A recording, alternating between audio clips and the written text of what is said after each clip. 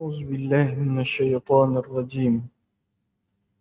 بسم الله الرحمن الرحيم. الحمد لله رب العالمين. صلى الله على سيدنا محمد وعلى آله وصحبه أجمعين. اللهم علمنا ما ينفعنا وانفعنا بما علمتنا وزدنا علما.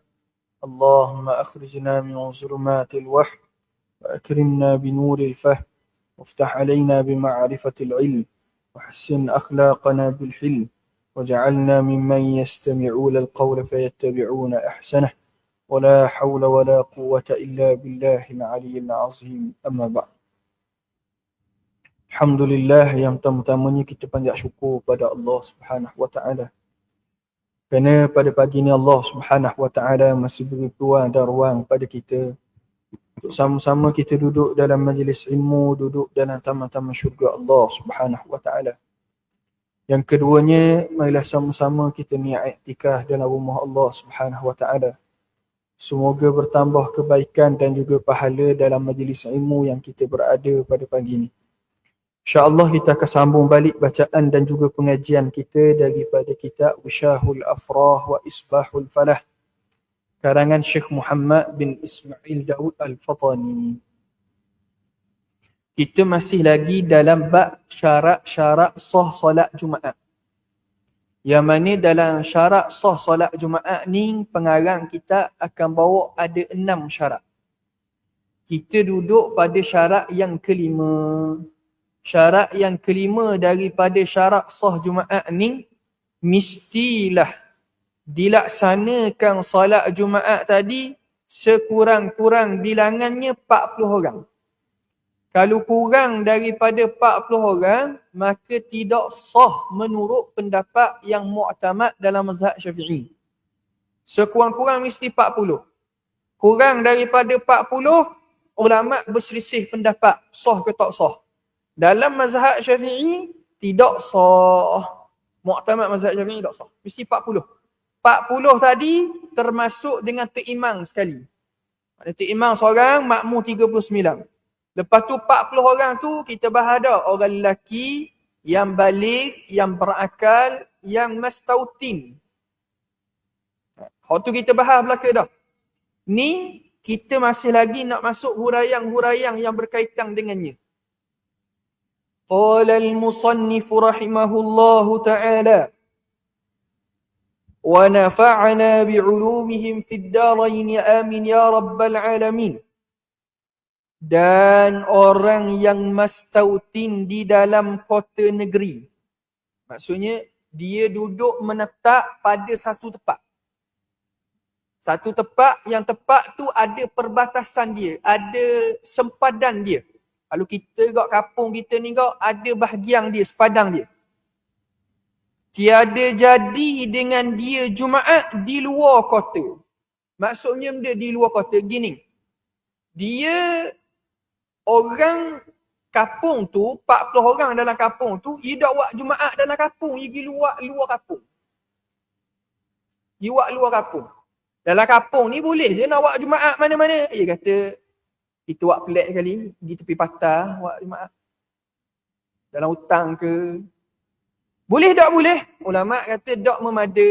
Dia syarat dia mesti setiap kampung buat Jumaat dalam kampung tu sendiri. Tak boleh di luar kampung. Berbeza dengan masalah, kita orang kampung lain, mari Jumaat kampung lain. Hak tu tak ada masalah. Contoh duduk ke payung maya Jumaat dengan dah baru. Boleh tak boleh? Boleh, tak ada masalah. Afdal tak afdal tu perbahasan lain. Sah tak Jumaat? Sah. Dengan syaratlah dia mari buat Jumaat di Ngada Baru tu, orang Bukit Payung tetap boleh buat Jumaat. Kalau hak di Bukit Payung tu cukup-cukup 40, tiba-tiba kerana dia mari buat Jumaat di Ngada Baru menyebabkan orang tak boleh Jumaat di Bukit Payung, hak tu dia dosa. Dua masalah berbeza tu. Maksud orang mastautin, tiada jadi Jumaat bila buat di luar kampung, dengan maksud dia, bukan dia pergi semayang Jumaat di sejik kampung lain. Dengan maksud orang kampung tu pakat belaka, tak buat Jumaat di sejik. Dia kata main sejik kita ekong tak apa jadi kipas pula tu kita buat tepi patah angin sedap sikit. Boleh tak boleh? Tak boleh. Dia Jumaat mesti buat dalam kampung masing-masing. Tak boleh buat di luar kampung. Dan orang yang mastautin di luar kota, tiada jadi dengan dia Jumaat di dalam kota. Maksudnya perkampungan dia di luar tu. Tiba-tiba 40 orang nak pergi buat Jumaat dalam kampung orang lain. Tak boleh lah. Dia kena buat dalam kampung dia. Kerana bahawasanya kota itu menjadi ia akan yang di dalam kota. Bukan. Kerana bahawasanya kota itu menjadi ia. Yakni akan yang di dalam kota. Maksudnya kota tu menjadi garis sepadan. Ataupun menjadi syarat sah orang dalam kampung dia untuk buat Jumaat dalam kampung tu. Sepadan kampung tu menjadi syarat untuk orang kampung tu buat Jumaat di situ. Dan yang di luarnya seperti hukum negeri yang bercerai keduanya. Maksudnya bila orang duduk luar macam kampung luar. Oh, bukan ahli. Maknanya bukan orang mastautin situ. Yelah. Dan faham juga sini orang hak yang contoh daripada kampung luar, walaupun kampung sebelah. Kalau kampung sebelah. Contoh dia duduk serada. Mari duduk nak buat Jumaat dengan dah baru. Boleh tak kita kira dia dalam 40 orang? Tak boleh. Orang dengan dah baru, dimayang di serada. Boleh tak dikira dia daripada 40 orang untuk mengesahkan Jumaat? Tak boleh. Dia mesti orang yang kampung tu sendiri untuk dikira dalam 40 orang tu. Yelah musim-musim dah. Orang pada meeting, mari mayang sini. Dah dikira dalam 40 orang. Kampung masing-masing kan? Jelas. Maka bilangan-bilangan Jumaat yang 40 itu disyaratkan berkekalannya daripada permulaan sembahyang hingga kesudahan. Maksudnya mana? Maksudnya start daripada takbir, sapalah semua beri salam, mesti kekal 40. Tapi ingat, hak wajib berjemaah hanya rakaat pertama. Contoh, makmum seorang, imam seorang, makmum 39 orang. Cukup 40. Naik rakaat kedua, semua badi mufaraqah belaka. Seorang imam, makmum 39. Jumlah 40 lah. Bila mayang, naik rakaat kedua, semua mufaraqah. Mufaraqah belaka. Tapi, masing-masing semayang sampai ke sudah selesai, salam. Kekal jumlah dalam keadaan jumlah 40 orang. Sah ke tak Jumaat semua orang? Sah. Sebab hak wajib jemaah rakaat pertama. Tapi bilangan 40 mesti kekal sampai beri salam. Dia dua masalah berbeza. Jelas. Maka jika jadi kurang mereka itu daripada 40 di dalam sembahyang, tiba-tiba makmum jemaah 39 tu imam seorang 40. Tengah-tengah sembahyang ketuk seorang. Kakak nak beri salam seorang ketuk. Batal semua. Batal semua orang lain. Berapa batal semua orang lain? Sebab tak cukup bilangan 40. Yelah. Nescaya batal Jumaat. Batal Jumaat semua orang. 39, tu imam seorang, bak ketuk seorang. Dia pun bangun, ambil batal dah, tak cukup 40. Jak nak ambil mayang, kena mayang mula dah belaka ni. Memang kena mayang mula belaka. Memang kena ligung dia orang. Kerana mu seorang orang tasyahud akhir. Jelas. Tapi hukumnya gitu lah. Sebab bilangan mesti kekal 40. Kerana disyaratkan bilangan-bilangan itu di dalam berkekalan semayang. Maksudnya siapa sudah semayang, mesti kekal 40. Seperti waktu. Apa maksud seperti waktu? Yakni, kena kekal waktu zuhur. Jumaat mesti buat dalam waktu zuhur. Tiba-tiba, tengah-tengah tasyahud akhir, orang bangsa. Sah tak Jumaat? Tak sah lah. Sebab keluar dah waktu zuhur. Maksudnya, daripada awal semayang sampai akhir semayang, mesti dalam waktu zuhur. Maka begitulah juga. Daripada awal semayang sampai sudah semayang, mesti cukup 40 orang sekurang-kurang. Jelas. Dan senya telah luput ia, maka hendaklah sempurna oleh mereka itu yang tinggal akan Jumaatnya itu dengan zuhur. Dan disyaratkan pula bahawa tiada ada pada yang 40 itu ummi. Kalau katakanlah Jumaat kampung tu cukup-cukup 40 orang. Tu imam seorang, makmum 39. Kena pastikan 40 tu Fatihah betul belaka. Kalau duk main a'udzubillahi minasyaitonir tu jawapan ya, tak boleh buat Jumaat. Walaupun orang lelaki cukup 40 tapi duk main tak tahu benda baca Fatihah, tak sah. Ya syarat dia tidak ummi. Apa maksud tak ummi? Yakni bacaan Fatihah dia betul. 40 orang tu boleh baca Fatihah dengan baik belaka. Kamu pernah ingat di Kelantan nak buat Jumaat dalam kampung kat kawasan pedalaman. Jabat agama turun panggil 40 orang sebab ia kena isi borang kan. Bila kita nak buat permohonan sembahyang Jumaat tu kan kena isi 40 orang tu kan. Cari ahli qaryah apa semua. Kira cukup 40 orang, majlis agama turun. Ni di Terengganu tak tahu, ni cerita di Kelantan. Ambil ingat masa kita kecil-kecil tu belajar Kelantan. Ia panggil hak yang isi-isi borang ni cek bacaan Fatihah. Sebab kalau mai ada tak cukup 40 orang boleh baca Fatihah dengan baik, bukan baik ni maksud pandai belagu tak. Maknanya tajwid dia okey. Bukan terbaik, okey. Maknanya sah untuk bawa semayang. Maka ketika tu baru boleh buat Jumaat. Maknanya walaupun hantar borang cukup 40 orang ahli qaryah, tapi jabat agama akan turun cek dulu bacaan. Cek. Sebab apa? Sebab syarat ni 40 orang tu mesti tidak ummi. Kalau cukup-cukup bilangan 40, ada seorang je ummi, maka tak sah Jumaat. Tak sah Jumaat. Macam pengarang sebut. Dan disyaratkan pula bahawa tiada ada pada yang 40 itu ummi.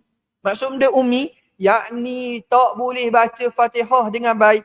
Maka jika ada sekaliannya 40 jua dan pada mereka itu seorang ummi atau lebih. Maksudnya dalam kampung tu orang lelaki yang mastauti yang berakal cukup-cukup 40. Tu maksudnya 40 jua. Maksudnya cukup-cukup 40. Dan ada di kalangan mereka tu seorang je ummi. Baca Fatihah tak betul. Atau lebih, 2 ke 3, ikutlah. Tapi cukup-cukup 40, tiba-tiba ada seorang. Yang taksir ia pada belajar. Taksir maksud dia, cuai pada belajar. Dia Fatihah jadi tak molek tu sebab dia tak belajar. Taksir pada belajar. Yakni kerana kecuaian dia tak pergi belajar. Maka tiada sah Jumaat mereka itu, tak boleh buat Jumaat.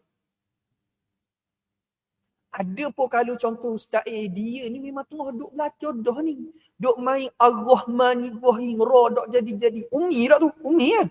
Tak boleh sebut Ra.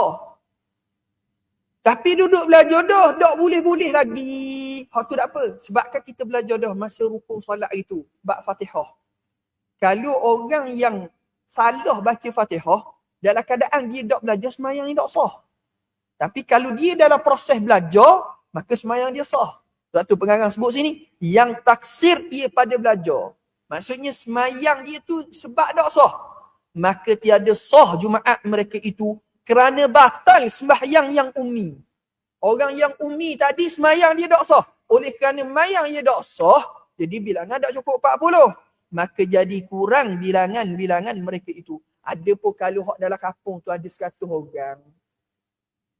Hak yang ummi 10 orang, ada 90 orang lagi. Kira sah lah Jumaat. Tapi syarat kau. Mesti mari 40 tu hak yang boleh baca Quran molek. Ni masalah hak boleh baca Quran molek, tak mari sekarang Jumaat. Hak tak pandai baca pula mari Jumaat. Hak tu nanya belaka tu. Jelah dah. Kena faham lah. Adapun jika tiada taksir ummi itu. Apa maksud tiada taksir? Maksudnya dia ni walaupun baca Fatihah dok betul, tapi dia dalam proses belajar. Habis tepat dah pergi belajar. Kelas Furqan, dok kelas Furqan di KQ tu. Lepas tu habis tepat majlis Quran, pergi belajar belaka. Tapi memang dok boleh, nak mana? Tak kat nak tu dok boleh juga. Itu pada belajar seperti tiada dapat orang yang mengajarnya. Dah duduk dalam perjalanan. Orang yang nak mengajar pun tak ada. Atau lemah ia daripada belajar. Jenis lembak sikit. Nak orang ni takkan nak belajar. Pergi belajar. Rajin belajar. Tapi tak boleh. Kerana nyanyoknya. Nyanyok ke banyak? Dalam Rumi. Banyaknya. Dia tulis banyak. La'alla shawab. Tulis itu. La'alla shawab. Garis itu tulis. Moga-moga yang betulnya. Nyanyoknya. Nyanyok. Bukan banyak. Dia kalau dalam hak Jawi tu. Dia tulis huruf ba. Betul tak? Siapa pegang nuskah Jawi? Pegang ba. Dia tulis ba kan? Tambah titik dua tu. Jadinya. Nyanyoknya. Jenis nyanyok. Dah nyanyok, belajar balik tak ingat sekarang Ustaz ajaran ni adik. Pak ke dua panjang. Dengung ke tak dengung bila temu gini? Nyanyoknya. Kerana lemah daripada belajar kerana nyanyoknya.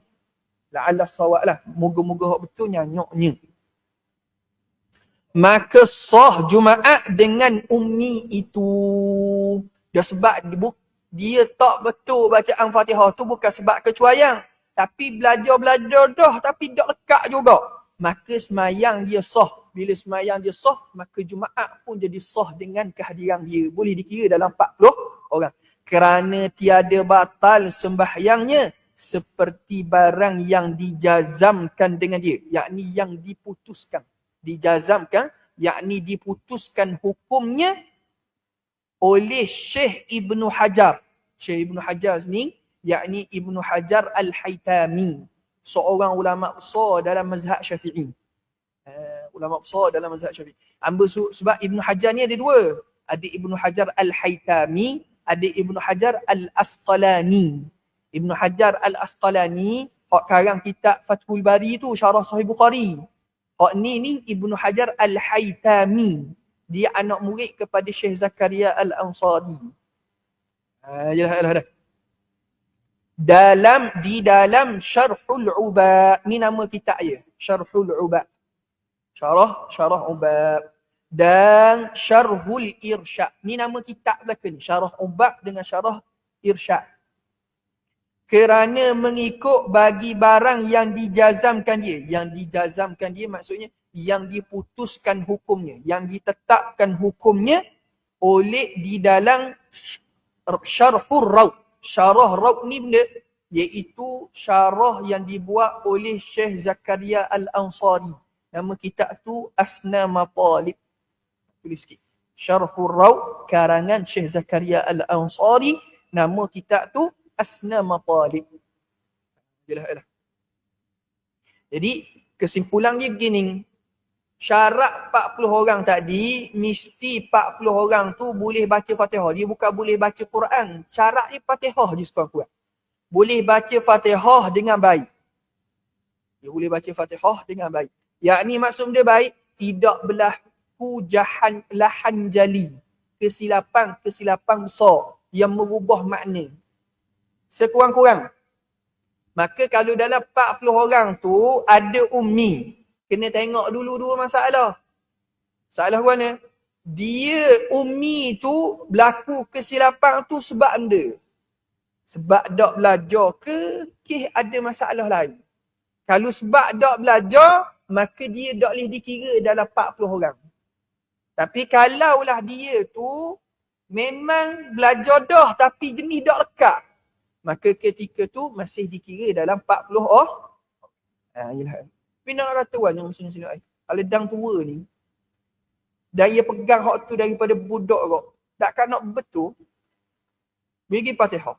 Kata hak ni tak boleh dengung. Ya dengung macam.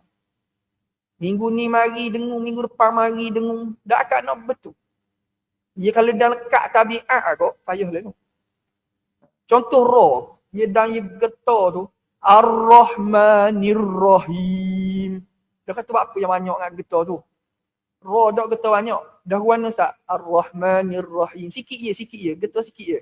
Ar-Rahmanir-Rahim.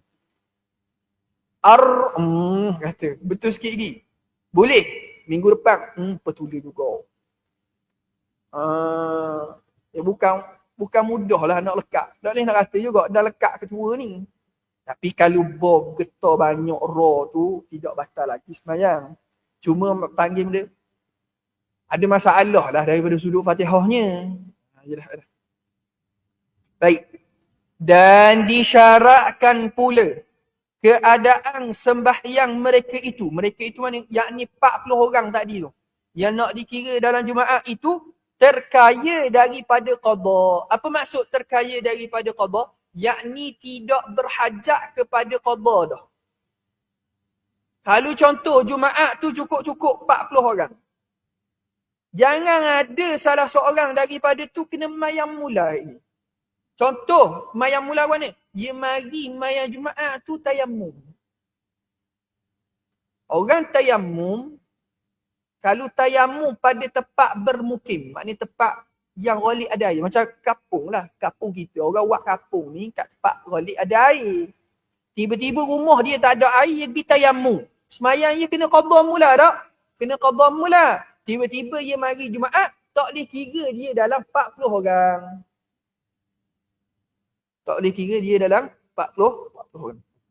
Sebab tu pengarang sebut sini. Terkaya daripada qada. Yakni tidak berhajat kepada qada. Maka tiada jadi Jumaat dengan mereka yang tiada terkaya sembahyangnya daripada qada. Ni ayat kitab Jawi pening dah sikit.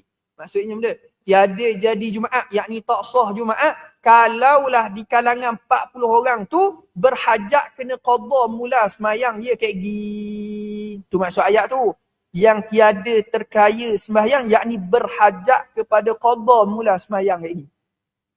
Seperti sembahyang dengan tayamum. Bukan semua tayamum kena qada. Tayamum mana?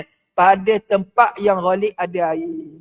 Kita duduk kampung kita. Kampung kita ghalib ada air tak? Ada air. Tiba-tiba air kering, laga tak ada air, taki pun tak ada air. Dia pun tayamum. Semayangnya kena qada mula tak? Kena qada semula. Ada pun kalau contoh. Orang yang pakai pembalut di tangan. Ia tayamum. Maknanya ia kena qada mula. Ada khilaf dalam mazhab Syafi'i. Kan kita belajar kan? Ada khilaf dalam mazhab Syafi'i. Pendapat mu'tamad kena qada mula. Tapi pendapat yang kedua dalam mazhab Syafi'i tak kena qada. Jadi pegang pendapat kedua dah. Sebab kalau pegang pendapat mu'tamad, kalau jenis hak pakai seming kok. Seming dah ni sebulan tau akak. Sebulan. Dah kalau sebulan 5 kali 30 boleh tahan kat tu. 150 waktu. Jelah dah. 150 tak? 30 ada. 150 waktu. 150 waktu nak kata. Ada seorang guru kami, dia naik bah.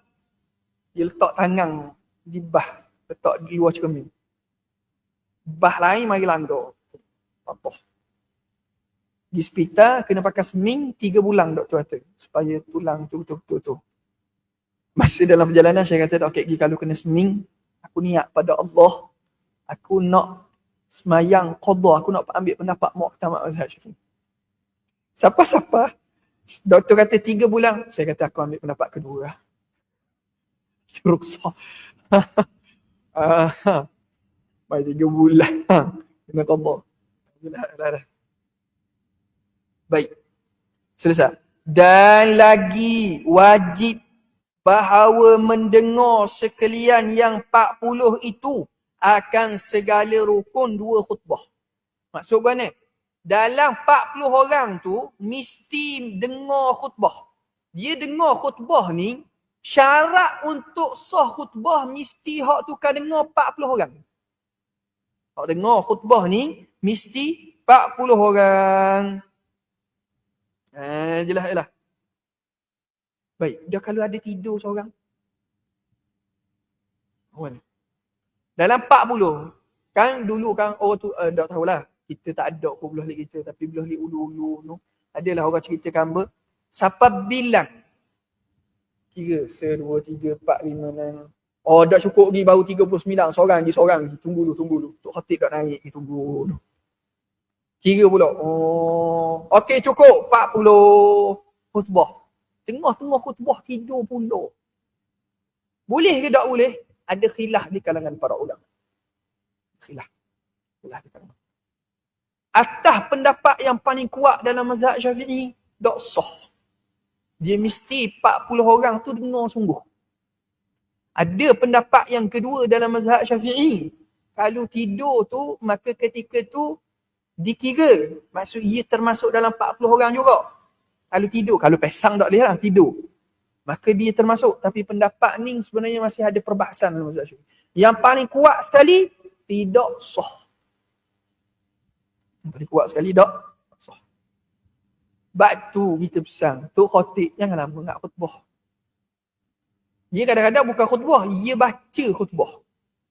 Baca pula suara selo. Kita bertakwalah pada Allah.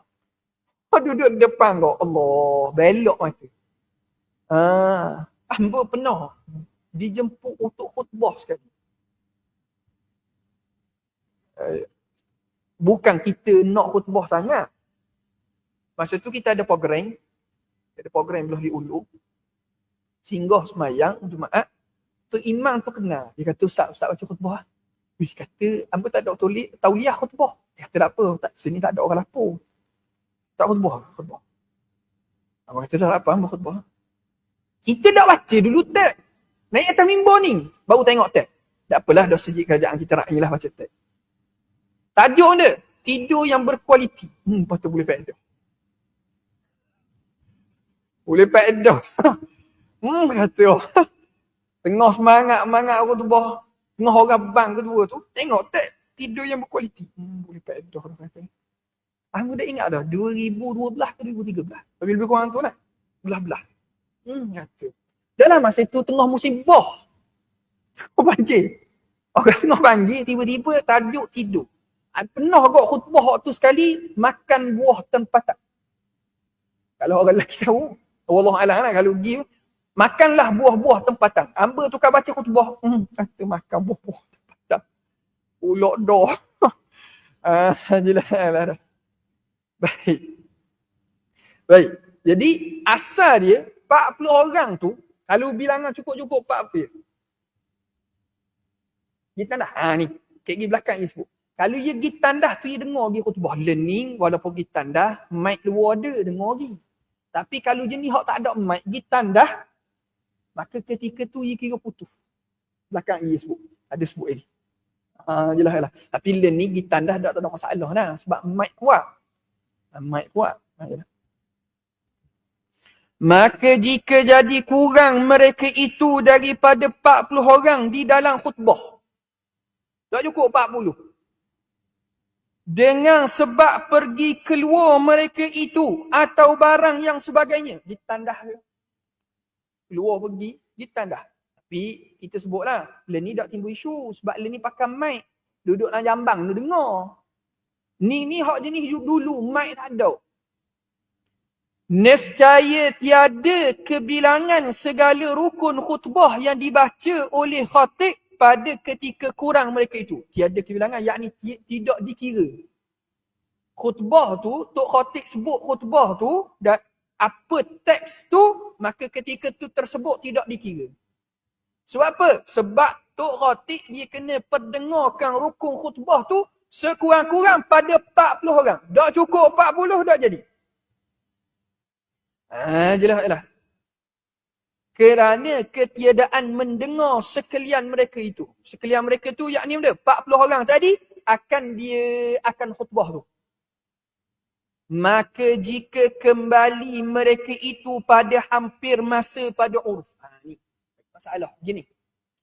Dah tadi syarat 40 orang kena dengar rukun khutbah. Rukun khutbah kena dengar 40 orang.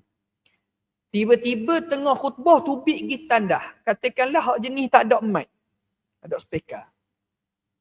Tubik luar. Tak dengar khutbah.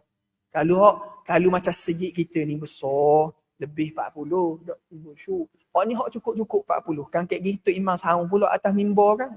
Ada nampak bangun. Duduk. Kayak gitu. Dosa. Nanya terus kawan tu.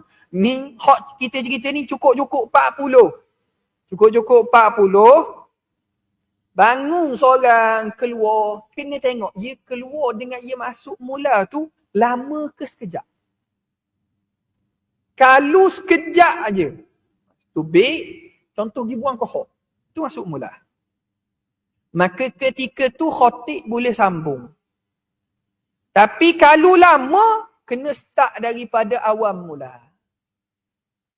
Sambung tu dengan maksud dia. Kan tadi kita kata kalau sekejap boleh sambung. Sambung maksudnya dia. Ulang khutbah yang rukun je. Bukan teks tu. Rukun je. Kita tengok dalam kitab ni sebut.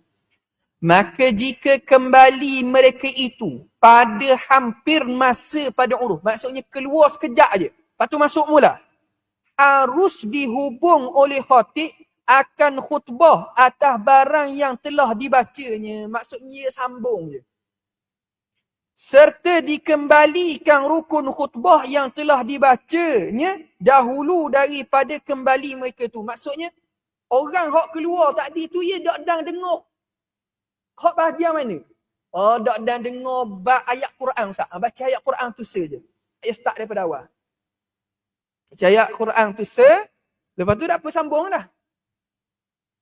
Dan jika kembali mereka itu kemudian daripada panjang masa penceraian pada uruf. Lama doa, dia pergi tandah, dia duduk nengung dulu dalam tandah. Cari ilham. Duduk cakung, nengung. Lepas tu baru masuk. Wajib atas khatib dimulakan khutbahnya. Masuk kena start mula khutbah. Kena start daripada awal. Kena start Alhamdulillah. Kena start. Kerana ketiadaan mualak. Sebab tak ada mualak. Seperti hukum kurang mereka itu daripada 40 antara khutbah dan antara semayang. Maka bahawasanya jika kembali mereka itu pada hampir masa harus dikerjakan semayang Jumaat itu atas khutbah yang telah lalu. Ni masalah lain pula ni. Masalah gua ni begini. Dia syarat kekal 40 bukan setakat dalam khutbah je. Antara khutbah dengan semayang tu pun mesti kekal 40 pula. Tiba-tiba sudah semayang, ada hogi tubik luar dulu. Kalau ia balik mula masa sekejap, maksudnya penceraian tu sekejap je, tak ada masalah. Tapi kalau lama, ia risau okok. Lepas tu baru naik semayang. Lama nak boleh habis tau. Maka dikira tak ketika tu? Tak, dia kena start khutbah mula. Sebab tadi dia syarat antara Jumaat dengan khutbah kan mesti mualak. Jadi kira masa tu kira putus. Jelas dah. Tapi learning sejik-sejik learning pun kita tak timbul isu sangat. Walaupun ada hak batal dia ambil air mayang, tapi jumlah memang lebih 40. Jangan pula marah hak dia ambil air mayang. Jelas dah muslim-muslim. Ya. Ni makmum. Imam kalau ia tubik sekejap, tak ada masalah. Contoh, turun tu ketuk. Dia pun degah-degah, dia ambil air mayang, sambung, mari mula. Tak ada masalah sebab kira sekejap. Ambil air mayang ni kira sekejap ni. Jelas dah. Batu pengarang sebut sini. Maka bahawasanya kembali mereka itu pada hampir masa. Harus dikerjakan semayang Jumaat itu atas khutbah yang telah lalu. Dan jika kembali mereka itu kemudian daripada panjang masa penceraian pada uruf, wajib atas khatib dimulakan khutbah bagi mereka itu kerana ketiadaan mualak. Kena start mula khutbah. Nanya belaka ni kejap. Tapi Kak kita dak berlaku. Tapi kak kita dak berlaku pun kawan-kawan tu hok posting pendalaman. Jadi cikgu kena ngajar bahagian pendalaman. Bila set-set ia tanya masalah, bab Jumaat ni antara isu juga sebenarnya. Dah ustaz baru habis belajar, pergi posting dalaman, memang orang tanya. Jadi, dia pun dengar juga. Dia kata, ustaz dulu kita ngaji-ngaji, ustaz kata, benda ni jangan berlaku kat kita, jangan berlaku kat kita. Kita pun tak dalam kepala. Berok jadi. Dah kena ingat posting pendalaman. Pendalaman bahagian Felda pun semua kadang-kadang. Dengar juga. Dah kadang-kadang tak cukup 40. Kadang-kadang lambat mari. Nyakit lah ke? Jelas dah muslim-muslim. Baik, dah nak kata putus mualak. Ni isu. Nak kata putus mualak antara khutbah dengan semayang. Kan tak disyaratkan. Syarat antara semayang dengan khutbah mesti mualak. Nak kira mualak tu lama mana masa Ustaz? Kira mualak. Dan didabit oleh Syekh Rafi'i. Akan masa yang hampir pada uruf itu, iaitu kurang daripada 2 rakaat, daripada sekurang-kurang mungkin. Maksudnya, antara khutbah dengan semayang, mesti tidak putus masa sekurang-kurang semayang. Maksudnya, kita nak mayang sekurang-kurang mayang 2 rakaat. Berapa minit? Taklah 2 minit. Buat hak wajib-wajib 2 minit. Maka di antara khutbah dengan semayang, yakni di takbir tu imam tu, jangan lebih daripada 2 minit. Contohlah 2 minit ni. Anggam mula. Lepas tu kita sebut kok, lepas qomat. Qomat tak kira masa. Kakek gigi marah pula. Tuk bila qomat panjang-panjang kan. Kata 2 minit je. Tuk bila qomat 2 minit dah ni. Tak ada masalah. Qomat tak kira. Ia hak yang tak kait dengan semayang. Tiba-tiba tu imam lepas mayang, pengumuman dah. Ingat, kereta jangan blok. Hak mana-mana blok tu, sila alih cepat-cepat lah tu. Lepas tu, insyaAllah lepas semayang ni, kita ada jamuan, jangan balik. Lepas tu, anggaplah semayang kita ni semayang terakhir. Ingat, kita tak tahu lagi, minggu depan kita boleh dok Jumaat ni. Dia ceramah pula bawah tu. Kira putus mualak. Kena khutbah mula. Kena khutbah mula. Jelas dalam muslim-muslim dah. Sebab tu jangan panjang-panjang sangat dah. Orang rumah ada masalah, reka-reka sudah dah. Qomat tak dikira masa ni. Baik, ni nak cerita masalah baru pula. Masalah benda ni. Siapa hak yang boleh jadi terimam Jumaat? Siapa hak boleh jadi terimam Jumaat? Dan sah imam Jumaat kanak-kanak yang mumayyiz. Ada budak, tak balik lagi. Tapi mayit dah lah, umur baru 8 tahun. Tapi baca Quran sedap. Tajwid pun kemah. Boleh ke tak dia nak suruh dia jadi terimam Jumaat? Jawapan ia boleh. Dengan syarat, bilangan cukup dah 40 selain dia.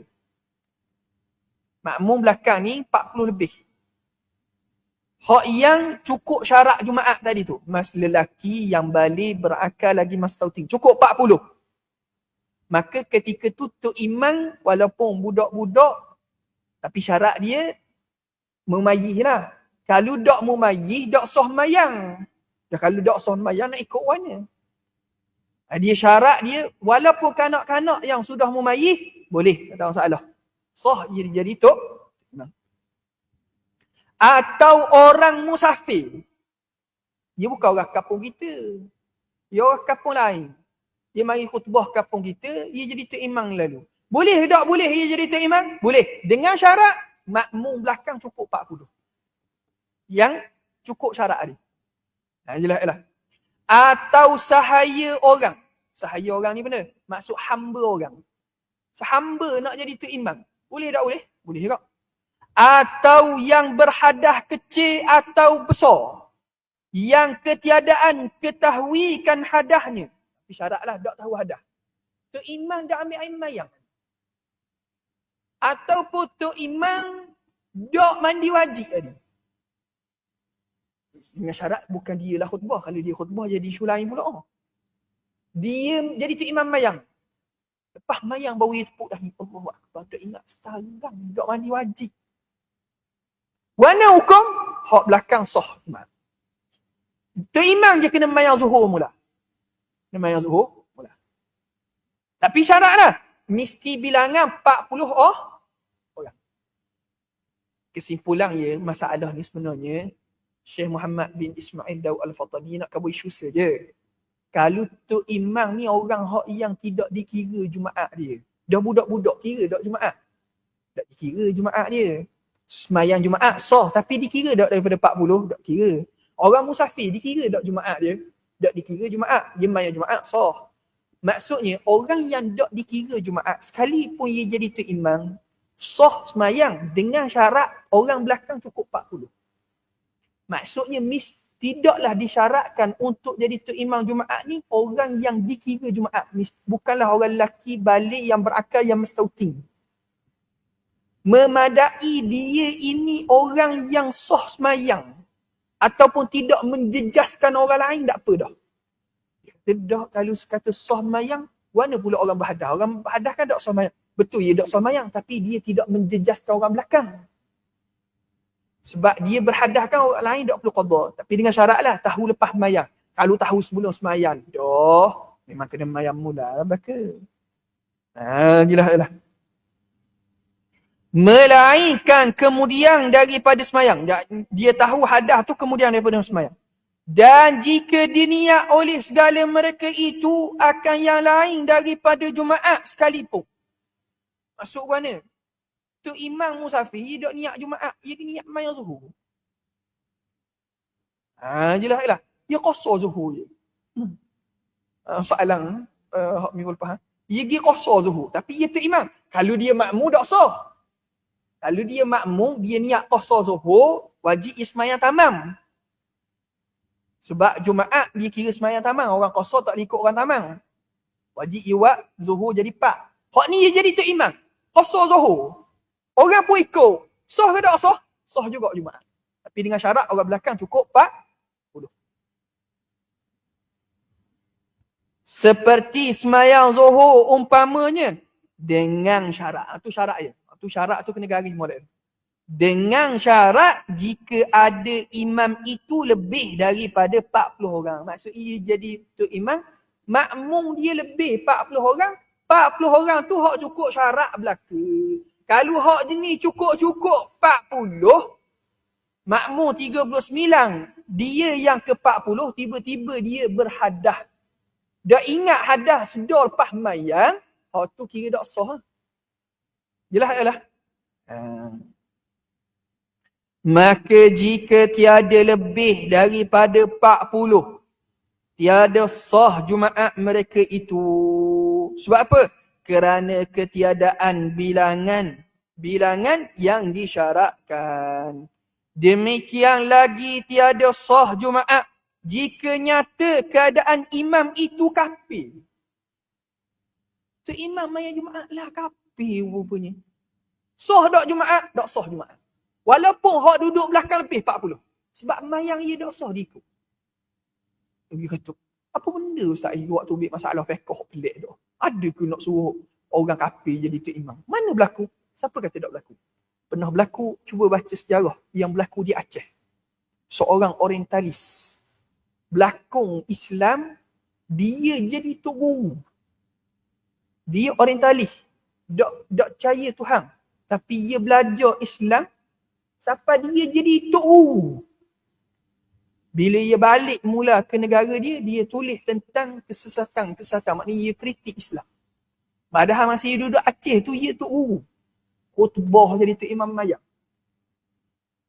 Sebab tu kita kata, pendus tak orang kafir jadi tok imam. Benda tak logik. Siapa kata tak logik? Hak ni dipanggil fiqh iftiradi. Dia dalam fiqh ni, dia kadang-kadang dalam kitab fiqh ni, dia bahas masalah-masalah hak tinggi sikit. Macam tak logik, tapi sebenarnya berlaku. Contoh dalam kitab fiqh dulu, hamba ingat, hamba belajar. Ulama bahas, apa hukum tawaf Kaabah naik kapal terbang? Naik burung. Tawaf Kaabah dengan wukuf di Arafah naik burung. Kita duduk belajar, apa kepeliknya naik burung? Burung macam mana orang nak naik? Ni ada dibahas. Iaitu dia, naik helikopter bagi petugas-petugas haji. Sebab ada orang yang sebahagian jadi petugas haji ni, dia naik helikopter untuk cek jemaah bawah dalam keadaan dia ihram. Jadi mana hukum? Ada benda, ulama bahas dah. Dulu kok, hamba pernah, masa kita belajar syarah Ibnu Imad, ulama pernah bahas masalah. Seseorang yang dia tulang dia acuk, dia ganti dengan tulang babi. Ni masalah fiqh. Dia tukar tulang dia ni dengan tulang babi. Adakah setiap kali dia solat, dia kena samak kulit dia?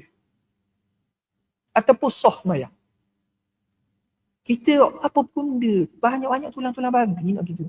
Mas kita dulu, bila kita baca kajian belah lik Jerman, memang antara tulang yang terbaik untuk diganti bagi tulang manusia, tulang babi. Memang ada kajian. Sebab tu kita ni kalau contoh ni, orang kafir jadi tok imam, kita kata, apa benda ulama-ulama? Dah lah masalah ni panjang dah ustaz ni. Lepas nak ingat masalah ni pun pening dah kepala. Tiba-tiba you buat mari hok pelik-pelik orang kafir jadi tok imam. Ada ke? Tak, ada berlaku. Jelas dah muslim dah. Atau perempuan, orang puang jadi tok imam. Ingatkan lelaki, janggut molek apa semua. Rupanya belah. Jelas. Rupa-rupanya ia tu puang. Kan ni jenis ada kan jenis tomboy kan. Ingatkan puang, ingatkan lelaki, rupa-rupanya puang. Ni pula ingatkan puang, rupa-rupanya lelaki. Jelas. Maka jadi tu imam. Piye dah. Contohlah tu. Jadi tu imam. Maka ulama kata tak sah Jumaat. Sebab semayang dia tu tak sah untuk diikut. Dan jika ada ia lebih daripada 40 sekalipun, walaupun bilangan masa tu 40, tetap ulama kata tak sah kok. Jelas dah. Baik. Ni nak masuk masalah baru. Ni kena perhabis kot sikit masalah ni. Supaya minggu depan kita boleh masuk bab nak masuk minggu depan tentang rukun syarat sah yang ke-6. Iaitu bilangan Jumaat ni mesti berapa orang? Atas qaul mu'tamad, bilangan Jumaat mesti 40 sekurang-kurang. Ada tak pendapat ulama yang kata boleh kurang daripada 40? Ada. Ni kita nak tengoklah kitab ni. Syahdan, maksudnya peringatan. Bermula sembahyang zuhur. Kemudian daripada Jumaat itu ada kalanya wajib. Wajib bila? Kan kita belajar dari tu. Kalau orang wasbah, dalam kampung tu, buat 2 Jumaat. Sejik kita buat, sejik sebelah buat Jumaat agak. Bak balah. Tak tahu sejik kita ke sejik sebelah tu buat Jumaat dulu. Takbir dulu. Tak tahu. Wajib tak kena mayang zuhur mula? Wajib kena mayang zuhur mula. Ada kadang-kadang sunat mayang zuhur. Bila sunat? Contoh, kita berat sangkaan memang tempat kita hak buat Jumaat dulu. Dan telah diketahui akan keduanya daripada yang telah terdahulu kenyataannya. Sebelum ni Syekh Muhammad bin Ismail bahas dah kan? Dan ada kalanya haram lagi tiada sah. Haram tiada sah kita mayang zuhur pula lepas Jumaat. Bila? Dan iaitu jika tiada di dalam negeri itu melainkan satu Jumaat je. Contoh macam tempat kita, kampung kita ni, Nada Baru ni. Ada tak dalam kampung Nada Baru ni buat Jumaat lain? Tak ada. Dia kata tu sejid belakang tu kira kampung lain. Tak apa. Kira kampung lain. Tak ada. Tiba-tiba lepas mayang Jumaat dia nak mayang zuhur. Boleh tak boleh? Haram. Tak boleh.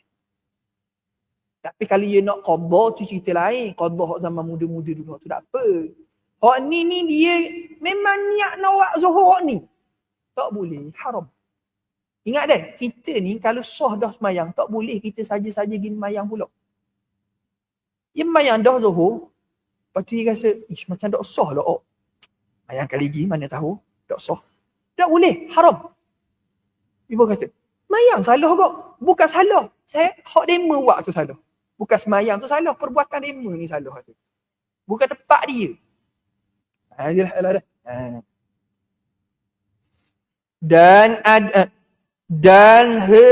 Dan senya telah diketahui daripada terdahulu sebutnya bahawa disyaratkan jemaah pada Jumaat itu 40 orang. Maka tiada sah jadi Jumaat dengan kurang daripada 40. Dan ditanya akan Syekh Qalyubi. Syekh Qalyubi rahimahullahu ta'ala, ni siapa ni? Ulama besar dalam mazhab Syafi'i. Qalyubi. Bulqini, salah. Dan ditanya akan Syekh Bulqini, salah seorang ulama besar mazhab Syafi'i, daripada ahli dusun yang tiada sampai bilangan mereka itu 40 orang. Dusun maksud kampung. Maksudnya ahli kampung tu tak sampai 40 orang. Adakah di sembahyang mereka itu akan Jumaat atau Zuhur? Kampung ada, tapi bila cek dah cukup 40. Dah mereka ni kena tanya dulu. Kampung sebelah ada tak? Ustaz dalam hutang. Tak ada kampung jauh. Maka ketika tu sembahyang Zuhur. Dah apa dah buat Jumaat? Tak cukup syarat. Tapi kalau dengar azan Jumaat kampung sebelah, kena pergi sembahyang kampung sebelah. Tak boleh buat Jumaat dalam kampung dia. Dia tetap wajib pergi sembahyang Jumaat. Jelas. Tapi dia pergi Jumaat kampung sebelah, dia dikira tak daripada 40 orang? Tak dikira. Tapi tetap dia wajib pergi sembahyang Jumaat. Maka jawabnya, hendaklah sembahyang mereka itu akan Zuhur atas mazhab Imam Syafi'i. Tak boleh buat Jumaat lah sebab tak cukup 40. Dan telah mengharuskan oleh perhimpunan daripada ulama lain daripada Imam Syafi'i radhiyallahu anhu.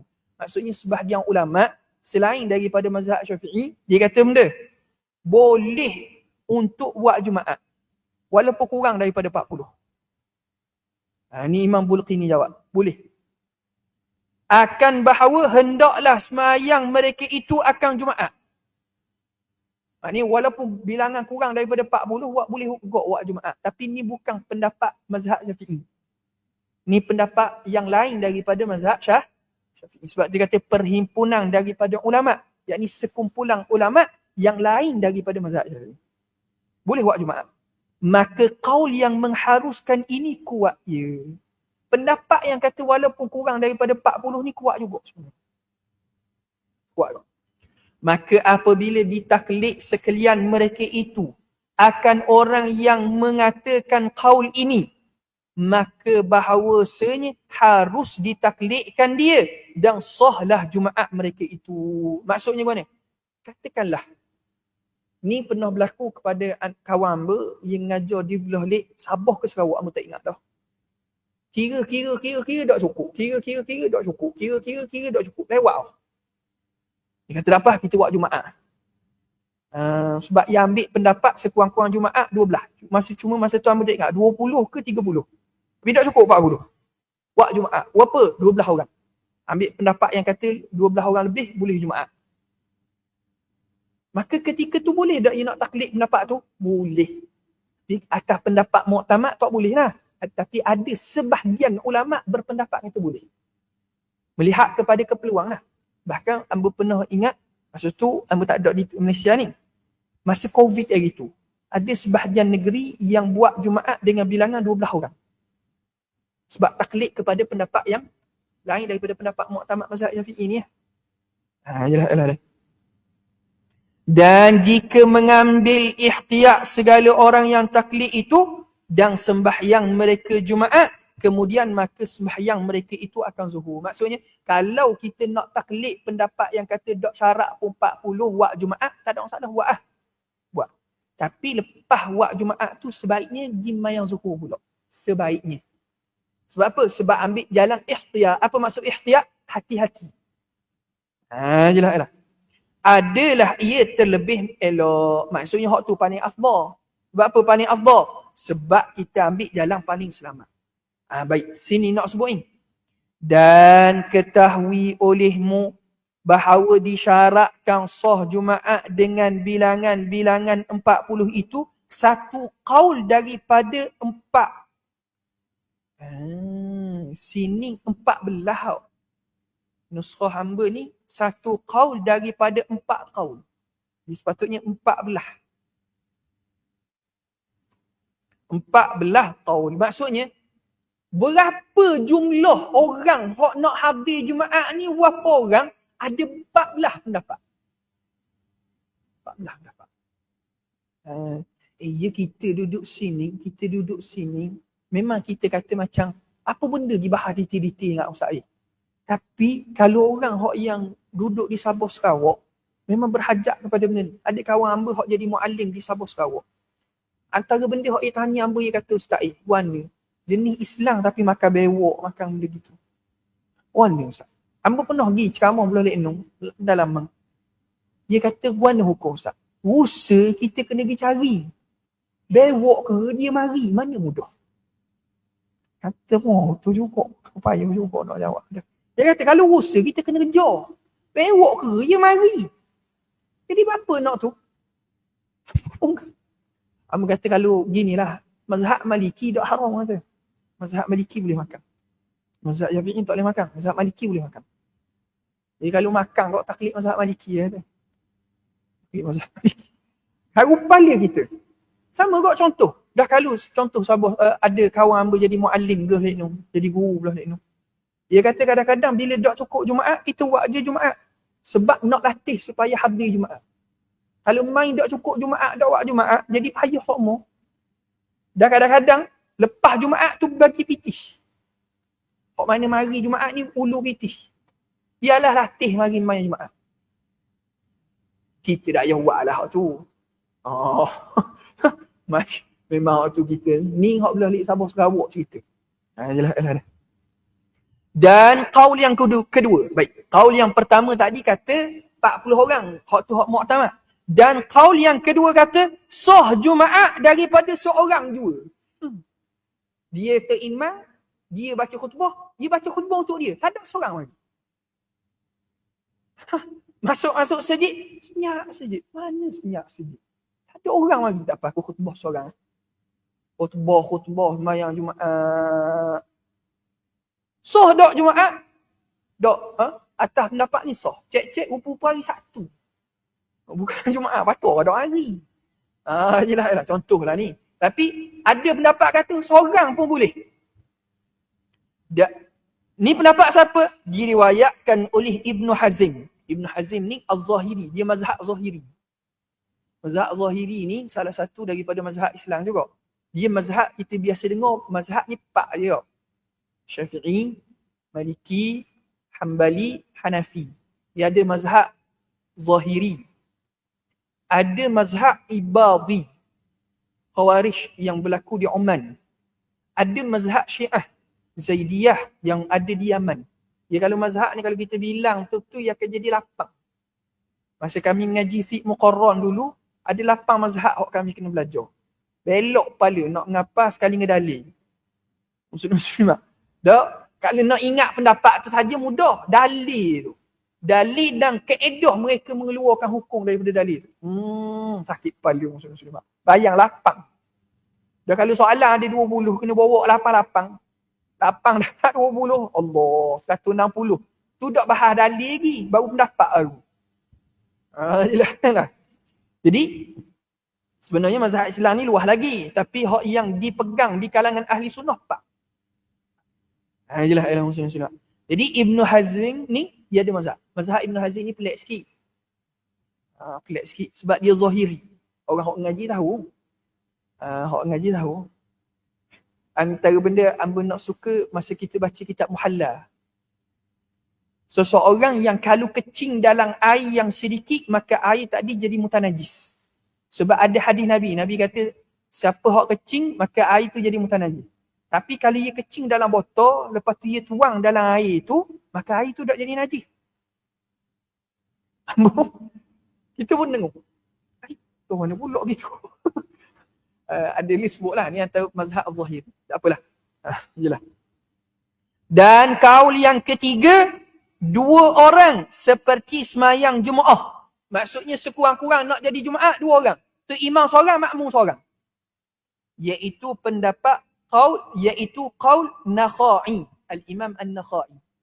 Ataupun Nakhi'i. Nakhai. Dan qaul yang keempat, 3 orang serta imam. 3 orang sama dengan Tok Imam. Maknanya Tok Imam seorang, makmum 2. Tok Imam seorang, makmum 2. Pada Imam Abi Hanifah, ni pendapat Al-Imam Abu Hanifah, dan Sufyan Ats-Tsauri radhiyallahu anhu. Dan kaul yang kelima, 2 orang serta imam. Tadi 3 orang, silap. Kaul yang tadi 3 orang serta imam. Jadi capung dengan Tok Imam, maksudnya Tok Imam seorang, makmum 2. Hak ni 2 orang serta imam. Lebih kurang macam kaul An-Nakhai tadi. Pada pendapat Abi Yusuf. Abi Yusuf ni siapa? Anak murid kepada Al-Imam Abu Hanifah. Anak murid kepada Imam Abu Hanifah. Abu Yusuf.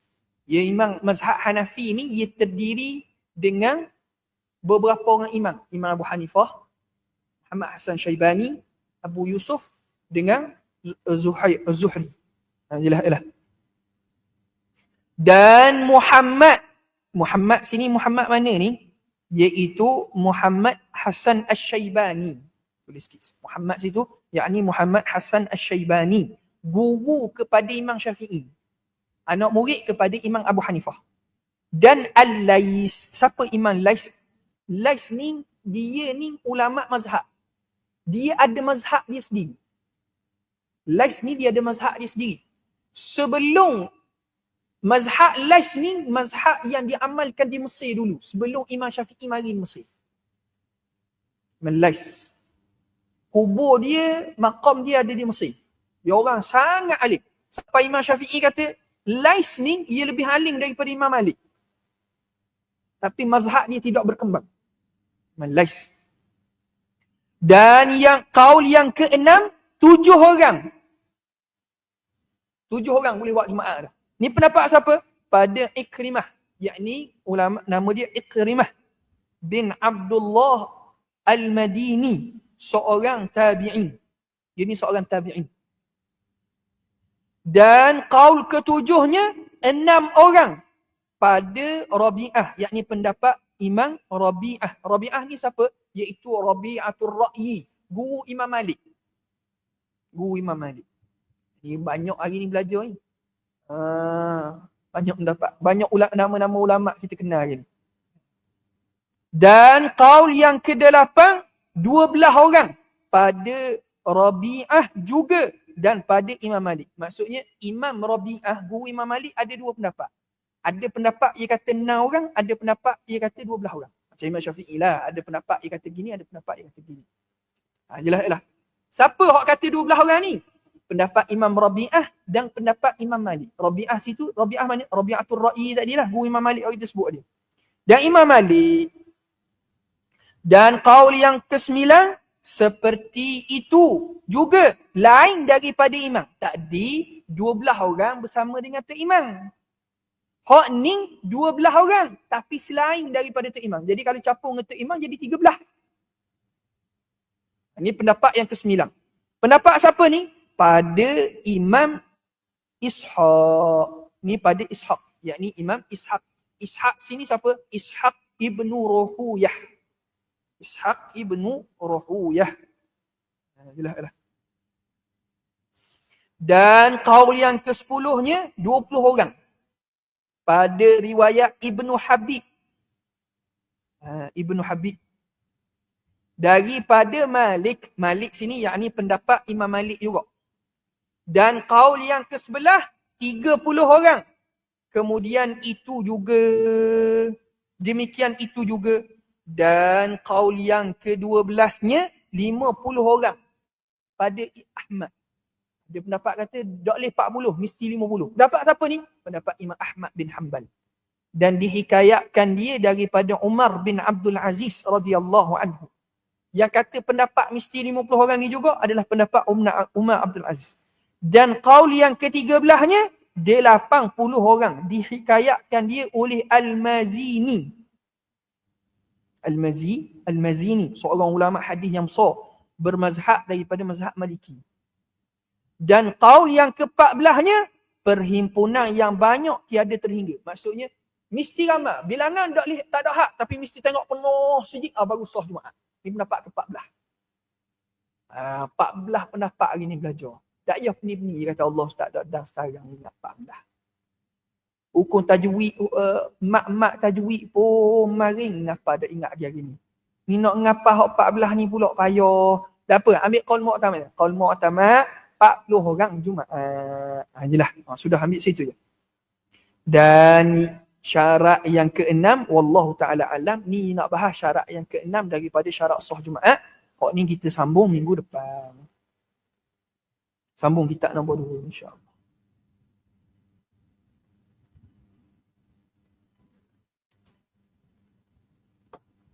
Ya, ya.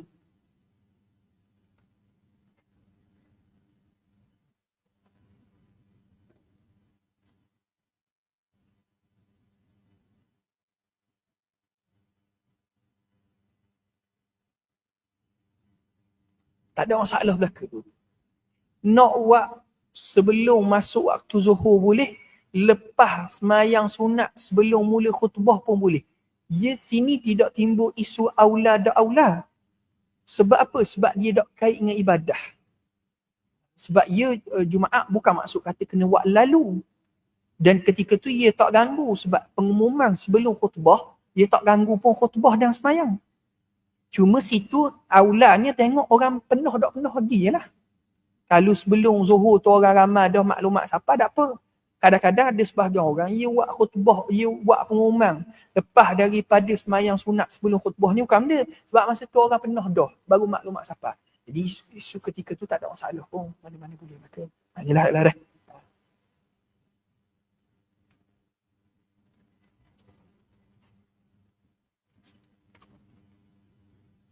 Kita masuk kitab Al-Askar Al-Imam An-Nawawi radhiyallahu ta'ala anhu.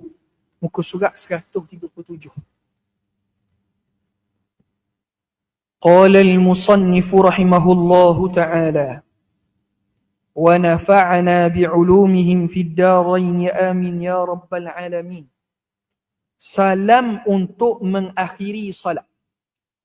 Ni lepas mana pengarang kita sebut, kita belajar minggu lepas, sunat sebelum kita beri salam ni kita berdoa. Makruh kita tinggal doa. Sama ada terimam ataupun makmum. Cuma terimam tidak boleh dia ni baca doa yang terlalu panjang. Sunat perekah kemudian beri salam. Ada pun makmum sekalipun terimam beri salam dah boleh lagi dia nak doa dengan apa sahaja doa-doa yang dia nak doa. Dan itu salah satu daripada tempat mustajab doa. Ni kita nak bahas pula masalah beri salam.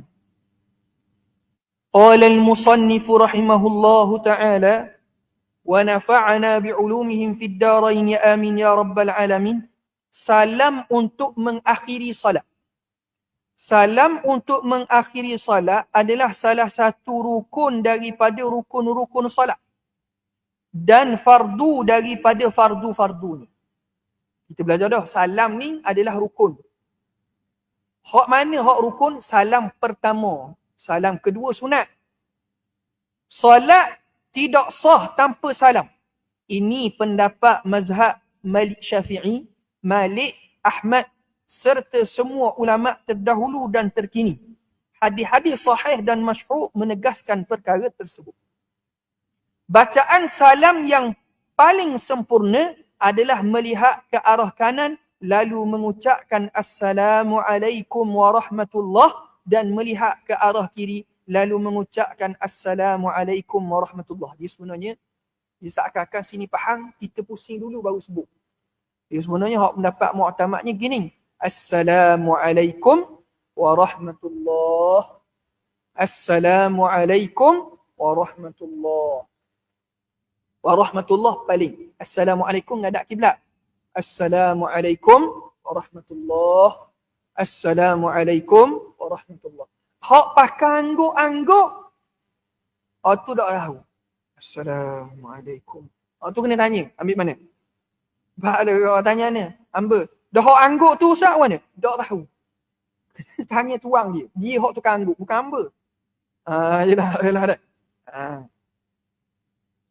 Tidak disunatkan untuk menambah lafaz wa barakatuh. Tak sunat tambah. Dia salam dalam semayang ni siapa? Wa rahmatullah je. Assalamualaikum warahmatullah. Tapi ingat, warahmatullah sunat. Hak wajib assalamualaikum.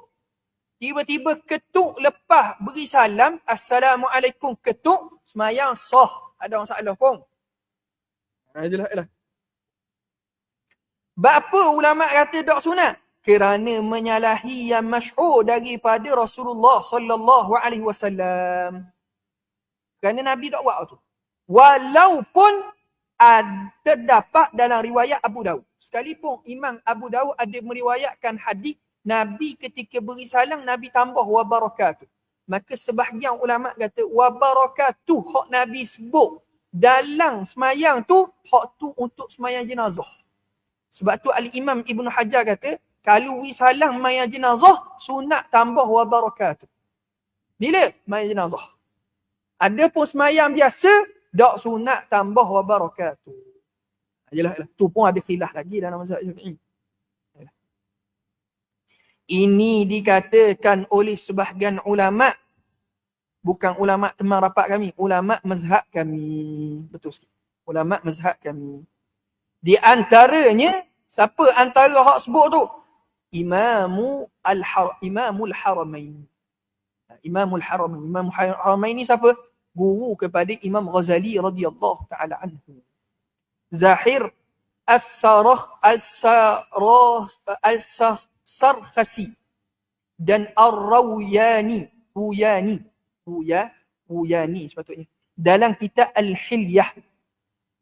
Tetapi pendapat ini syaz. Yang masyhur adalah sebagaimana yang telah kami jelaskan. Maksudnya ada juga ulama kata ketika tu baca juga wa barakatuh, tapi pendapat ni bersalahan dengan hak masyhur. Sama sahaja bagi semua orang yang solat, baik imam, makmum atau solat sendiri, baik dalam berjemaah, berjumlah sedikit mahupun ramai, baik solat fardu ataupun solat sunat, pada semua keadaan tersebut harus mengucapkan dua salam dan melihat ke arah kanan dan ke arah kiri. Tapi kalau ia tak ambil arah kanan, arah kiri, dia nak ucap salam. Assalamualaikum warahmatullahi wabarakatuh. Assalamualaikum warahmatullahi wabarakatuh. Tak pusing. Sah tak sah? Sah. Kalau ia nak ucap salam sekali je, menghadap kanan ke kiri? Nak ucap salam sekali je. Dah ucap salam kedua kan sunat. Dia kata biar barang sunat. Aku nak buat sekali kau. Biar. Nak ucap salam kanan ke kiri? Ni belajar dah dalam wisyah ni. Nampak tak ada ulang kaji wisyah. Dalam wisyah ulang afrah itu hamba tegang panjang lebar. Ulama kata ketika tu kalau iwi salam sekali je, dok paling kanan kiri, tengok depan saja. Jelas lah. Boleh tengok mula dalam wisyahul afrah. Sebab tu kita ni muslim-muslimat, kitab ni kena belek kot balik rumah sekali-sekala. Ni buka kitab, tanya kelah. Tengok pada beg, jabit beg seru. Penuh beg. Rupa-rupanya kuliah duha, start hari Khamis sampai hari Ahad sampai hari Khamis, tak dalam sebeg tu. Jabit tu belok baru-baru. Tapi, taubat dah buka sekarang. Buka, ustaz mari kuliah. Mari minggu depan ustaz tak mari, orang lain ganti. Kitab tu kira 2 minggu pula baru buka. Lepas tu duk ngaji dah kuliah duha. Apa fardu ain dah lepas lagi. Dia salah dah. Memang salah. Jelas. Ini tengok kau sikit-sikit. Kalau anak kita periksa, esok periksa, malam ni dak baca, belebel rapat ji. Orang nak periksa esok SPM, malam ni dak baca setara. Anak pun kata, mak fardu ain dak baca kau. Betulis je. Aku ustaz dah buat periksa. Kalau ustaz buat periksa, kalau hamba buat periksa kali, minggu depan Ahad, minggu depan periksa, taubat, tak ada terus lagi. Kosong saja. Oh ni ada keduri, oh ni ada, tak ada lagi belaka. Jelas. Yang wajib adalah satu salam. Wajib salam pertama je. Sedangkan salam kedua hukumnya sunat. Sehingga jika ditinggalkan, tidak apa-apa. Yang wajib adalah lafaz salam. Adalah Assalamualaikum. Hak tu je hak wajib. Assalamualaikum. Apabila mengucapkan salamun alaikum. Salamun alaikum maksud dia tak ada alif lam. Patutnya Assalamualaikum. Dia Assalamualaikum. Assalamualaikum. Tak ada alif lang. Maka tidak boleh menurut pendapat yang paling benar atau pendapat yang mu'tamad, beri salam je tak sah. Sebab dia mesti ada alif lang. Assalamualaikum ni. Assalamualaikum. Assalamualaikum. Kena berhati sikit tu. Jika mengucapkan Alaikumussalam, pelik sikit. Patutnya Assalamualaikum. Dia tukar. Alaikumussalam. Boleh tak boleh? Maka boleh menurut pendapat yang paling benar. Sah. Tapi bukan suruh buat. Kan kayak gini, zuhur kayak gini. Alaikumussalam. Alaikumussalam. Benda pulak japi ni. Memang kata sah tapi tak comel lah. Jika mengucapkan Assalamualaika, patutnya dengan lafaz jamak. Kum. Jadi buat dengan lafaz mufrad. Assalamualaika. Atau Assalamualaika. Ataupun salam. Alaikum. Ataupun salamu alaihi. Alaikum. Atau salamu alaikam. Tanpa harakat tanwin. Atau salamu alaihim. Maka disepakati bahawa semua itu tidak dibenarkan. Bahkan jika mengetahui dan sengaja, maka solatnya batal. Kalau tak sengaja ataupun tak tahu, maka ulama kata tetap sah. Tapi tak jadi. Kena ucap mula kali. Kecuali Assalamu alaihim. Solatnya tidak batal kerana dia adalah doa. Apabila melakukannya kerana lupa, maka solatnya tidak batal. Namun perlu dikatakan mengakhiri solat dan harus mengulangi salam dengan ucapan salam yang benar. Assalamu alaihim. Semayang batal tak? Tak batal. Tapi kena baca kali lagi. Assalamualaikum. Cuba kalau katakanlah dia kata Assalamu alaihim. Assalamualaikum. Hak yang memutuskan semayang dia hak salam kedua dia. Hak yang pertama tu tak jadi. Daripada sudut hukum you salam sekali je baru. Yelah. Apabila imam hanya mengucapkan satu salam, maka makmum tetap mengucapkan dua salam. Tiba-tiba imam Assalamualaikum warahmatullahi. Lepas tu senyap. Kita beri salam dua kali. Assalamualaikum warahmatullahi. Assalamualaikum warahmatullahi. Yelah muslim-muslim lah. Tapi hak bab salam ni paling kita nak tekan sekalinya adalah pada masalah alif lang ada di depan tu lah. Dia jadi kadang Assalamualaikum. Tu sangat tak kena tu. Sangat tak kena. Yelah. Al-Qadi Abu Tayyib At-Tabari, salah seorang teman rapat kami mengatakan, apabila imam mengucapkan salam, maka makmum boleh memilih untuk mengucapkan salam itu juga atau tetap duduk dan memanjangkan doa sehendaknya. Maksudnya macam kita sebutlah. Tu imam wi salam dah. Makmum tak wi salam lagi. Makmum nak wi salam boleh, makmum nak doa dulu boleh. Dia doa ya Allah ya Allahumma inni zalamtu nafsi, Allahumma ighfir li ma qaddamtu wa ma akhartu. Boleh, tak ada masalah. Beza kalau sujud. Kalau mak kita tengah sujud, makmum bangun, tu imam bangun dah daripada sujud, kita kena bangun. Tak payah sambung dah lah. Yalah muslim-muslim lah. Wallahu a'lam. Ucapan orang yang diajak berbicara ketika sedang solat, hak ni kita sambung minggu depan pula. Wallahu a'lam. Muslim-muslimat, saja buat pengumuman. InsyaAllah, muslim-muslimat ambil sebut sini ni sebab muslim-muslimat tahu sini. Pasal madrasah hamba. InsyaAllah madrasah alhamdulillah semua siap. Siap pun tak siap molek lagi. Dalam ada benda-benda lagi. Pagar pun ada benda sikit lagi tu. Tapi alhamdulillah dah ala kulli halnya. InsyaAllah ada majlis iftitah 27 ni. Majlis pembukaan 27. Jadi ambil jepuk lah semua mari. Hak mana berkelampangan. 27 hari Sabtu. Di depan Padang Goh Tok Jembar. Bangunan tu. Tapi bangunan tu 2 tingkat je. Muak ke tak apa masuk dulu. Orang lelaki duduk bawah, orang puan duduk atas. Tapi majlis start pukul 8 pagi. Majlisnya pukul 8 pagi start dengan bacaan Dalailul Khairat. Bacaan kitab Dalailul Khairat. Dalailul Khairat ni benda bacaan selawat. Dia bacaan Dalailul Khairat ni orang Melayu kita dulu beramal. Tapi dia ni orang lain ni tinggal. Jadi kita nak perkenal balik Dalailul Khairat kepada masyarakat. Jadi Dalailul Khairat ni dia sebenarnya kita boleh bahagi ikut hari. Ahad, Senin, Selasa, sapalah balik mula. Tapi sebab kalau kita nak buat gitu jadi lambat, kita akan baca sekaligus je sekitar. Lebih kurang 2 jam lebih. Ambil target pukul 8, pukul 11 tu habis. Sekali dengan ucapan guru-guru, lepas tu jamuan. Sebelum zuhur, majlis siap. Nak makan gula, benda-benda pun dah lepas zuhur tu. Jadi kalau nak mari, mari. Orang wi kambing 2 ekor, tapi dah muat cukup dah, tak apa mari lu. Tuhan wi cukup tu. Mana tahu malaikat mana jatuh, mana contohlah ni. Mana tahu ada rezeki insya-Allah tu. Orang wi kambing 2 ekor, jumpa mari. Dalam khairat ni muslim-muslimat antara sebab apa hamba tergerak nak buat majlis dalam khairat. Ada orang kata apa baca dalam khairat ustaz panjang. Ada sebab. Sebab yang menapok siapa dah masa kita nak perkenal kepada masyarakat dalam khairat. Cerita dia sebab ada seorang anak murid hamba mokcik tua dah. Umur dia 60 ke 70 dah. Cikgu peceng. Dia ambil zikir dengan hamba, kita suruh supaya dia selawat banyak. Selawat Ibrahim, selawat ummi. Allahumma salli ala sayyidina Muhammadin abdika wa rasulika nabiyil ummi wa ala alihi wa sahbihi wa sallim taslima. Dia amal sehari berapa? 16,000. Dia amal sehari 16,000. Ni cerita betul, Allah Ta'ala jadi saksi. Makcik tu, dia cikgu peceng. Tapi bukan ustazah, cikgu biasa. Dia duduk batu akik.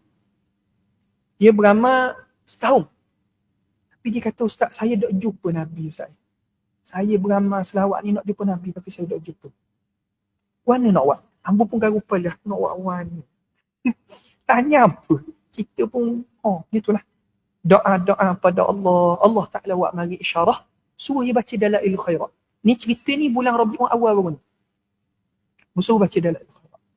Bila baca Dalail Khairat, sebulan lepas pada tu, dia mari jumpa dengan dia. Dia baca Dalail Khairat tu setiap hari khatam. Dia sebenarnya Dalail Khairat ni kita boleh buat dalam masa seminggu khatam. Seminggu sekali khatam. Sebab dia ada fasal-fasal, juzuk-juzuk dia. Tapi dia buat tiap-tiap hari khatam. Lepas sebulan dia mari jumpa dengan hamba, dia tak cakap. Tapi dia khabar, Alhamdulillah Ustaz, Alhamdulillah. Hamba dah nak tanya benda-benda. Tapi dia sebut Alhamdulillah. Hamba pun duduk menung balik. Siapa dah masa kok. Kita perkenal Dalail Khairat kepada masyarakat. Tapi ingat, jumpa Nabi ni rezeki Allah. Jangan pula pergi, dah jumpa Ustaz, hamba dah beramal dah ni. Rezeki masing-masing lah tu. Jadi, siapa nak kenal dalam kitab Dalail Khairat, nak kenal kitab ni, boleh mari hari Sabtu, 27 hari bulan. Tapi kena sabar sikit lah. 2 jam lebih. Lepas pada tu kita akan ijazah. Lepas ijazah tu ada ajar cara.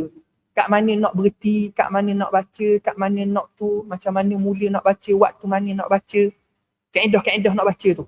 Dia dipanggil kitab selawat Dalailul Khairat. Himpunan selawat-selawat yang dikarang oleh Al-Imam Abu Abdullah Muhammad bin Sulaiman Al-Jazuli. Dan kita akan ijazah lah. Masa tu guru akan hadir juga. Beberapa orang guru akan hadir dan ijazah sekali. Dan dia akan terang cara nak beramal. Jadi awak mana-mana nak hadir, kosong masa awal 27. Boleh kosong masa, nak mari 27. Dalam pukul 8 kita start, sampai pukul lebih kurang kat Zuhur habis. InsyaAllah. InsyaAllah dah. Ni hamba jemput ni sebab orang ngada baru ni kita tahu kita buat madrasah. Jadi hamba jemput lah. InsyaAllah. Wallahu ta'ala a'lam. A'udzubillahi minasyaitanirrajim. Bismillahirrahmanirrahim.